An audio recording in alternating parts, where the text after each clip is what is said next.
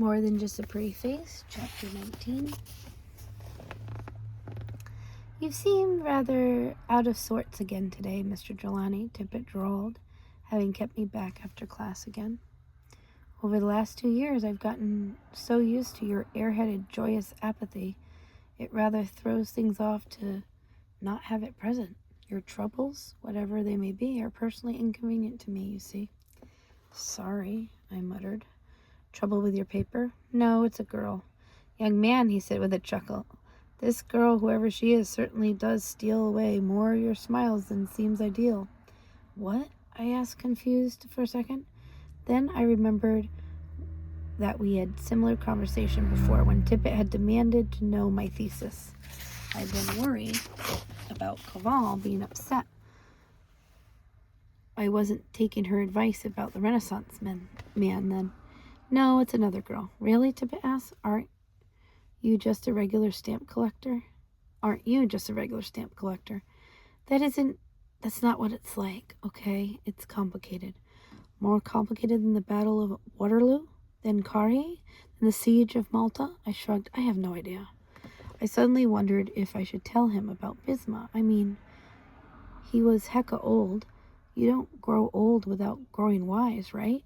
So without mentioning any names, I told Mr. Tippett, about Bisma's state, what her father had done, and what had happened up until now. She's a special girl. I really like her, but my family will never allow it. It's an honor thing for them, same as it is for her father. Ah, I see. That old gem-encrusted bowl of applesauce, What? It's an expression, my teacher said, placidly. If you say so. There is a curious phenomenon in the world, Mr. Jelani. For some reason, when it comes to sexual habits of women, all of a sudden, men become very concerned with their honor. I don't mean to sound rude or politically incorrect, of course, but I would suggest that the Muslim community should have more significant worries than personal decisions of a young girl made. I don't disagree with you, but it doesn't solve the problem. My parents still, well, in that quarter, I fear, no one can help you. You will, as the kids say nowadays, simply have to grow a pair of testes. No one says that. They most certainly do. In all your reading about Churchill, did you happen to see definitions of manhood that is misattributed to him? I shook my head. A man does what he must, Churchill is said to have remarked, in spite of personal consequences, in spite of obstacles and dangers and pressures, and that is the basis of all human morality. Okay, I said slowly, but that just says to do what you must. Doesn't tell me what I should do in this situation. A fair point. Perhaps knowing what you have to do is the part that makes you a man in the first place. Tippett had said that a man ought to know what to do in tough situations. Well, I knew a smart guy who always seemed to know what to do, Sora. Under normal circumstances, faced with a problem like this one, I would have already asked him for advice. Lately, however, he had so many worries on his mind that I hadn't wanted to burden him further. I'd also been intent on protecting Bisma's secret. I hadn't even told Tsar about it, but surely Sarab could be trusted. I needed help, and he was one person whom I'd always found it.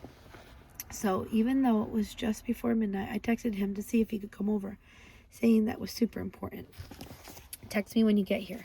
Don't ring the bell. Everyone's sleeping.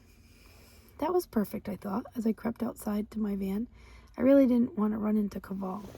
I hadn't responded to her text telling her she was meeting her cardiologist again, and we hadn't spoken since. I feel guilty about that. I should have said something. I just had no idea, though. Didn't want to hurt her.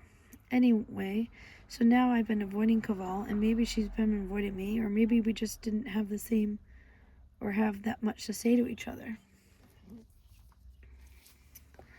As I drove, I wondered if I should try to talk to her at least, to explain why I'd gone quiet, but it seemed like a very tall mountain to climb. Maybe it was fine to just leave things the way they were between us. Maybe whatever roles we were meant to play in each other's lives had come to an end. I nursed a cup of coffee, the shiny machine in Savari kitchen that had spit out, watching Sarab's face carefully as I pressed him for 100 promises he would never ever tell a single soul what I was about to tell him. Yes, My parents and the Bay Area Muslim community would probably find out about Bisma eventually. It wasn't that kind of thing to stay secret for long. She'd apparently been telling her arranged marriage projects about the video. Still, wasn't my story to tell anyone. Well, except for Sarab, obviously, because I needed his help. My friend smiled at me in that wise man of the mountain way that he had and responded to my demand for secrecy with, if one promise from a man is worthless, then 100 promises from him are worthless too. There it is, exactly the kind of brilliant insight I'd come to him for. Hopefully he hadn't used up all of his brain cells on that line, though, because he still had to solve my problem. There it was. No. So, without mentioning her name, I told him about Bisma, about what happened to her, and about how we'd be hanging out for months, and that somehow, without realizing it, I found myself totally in Sorrel. Where's the sex tape? Well, I mean, it's not a tape, I said. It's like a USB or sex cloud. So there could be copies? Yeah, that is suboptimal. Shook my head. No one I know talks like that except Sarab. It would be one thing if your family to deal with rumors. If it becomes something people can actually see. He trailed off and cocked his head as if he heard something somewhere. What? I asked. Nothing. It was probably just the house settling. Anyway, Danielle, I know it doesn't feel like it, but there are plenty of girls in the world. Your parents will find you someone who doesn't have these issues in her past. In fact, I think the odds are rather high you'll never have to deal with anything like this ever again. All you have to do is walk away. Sarab, I really like this girl. Are you in love with her? I waved my arms in the air as if they could express what I was saying better than words. I don't know what it means when people say that. To be in love with someone, I mean, isn't there supposed to be an epic storm and it's rain and I should be dangling from a web and sharing magical upside down kiss with her, and like from the Spider-Man movie? I nodded. Right. Everyone always says that when you're in love you just know it. I haven't gotten any signs, or there's no shooting star that streaks from the heavens whenever I mention her. Like Kuch Hodahai? Yeah, if love isn't like that, then what is love like? What is it like? How can I be sure? Where's my sign? Sarab didn't answer the question. Instead, he said, based on what you've told me, you should forget about this girl. What? Never see her again. Just make a clean break. It'll be easier for you. It'll be better for your family. You should walk away from her, Danielle. Never seeing Bisma Accra again? I couldn't even imagine. It was an impossible thing. I'd come here. I realized I'd asked the wrong question. I didn't want to know whether I should be with Bisma. I wanted to know how to do it.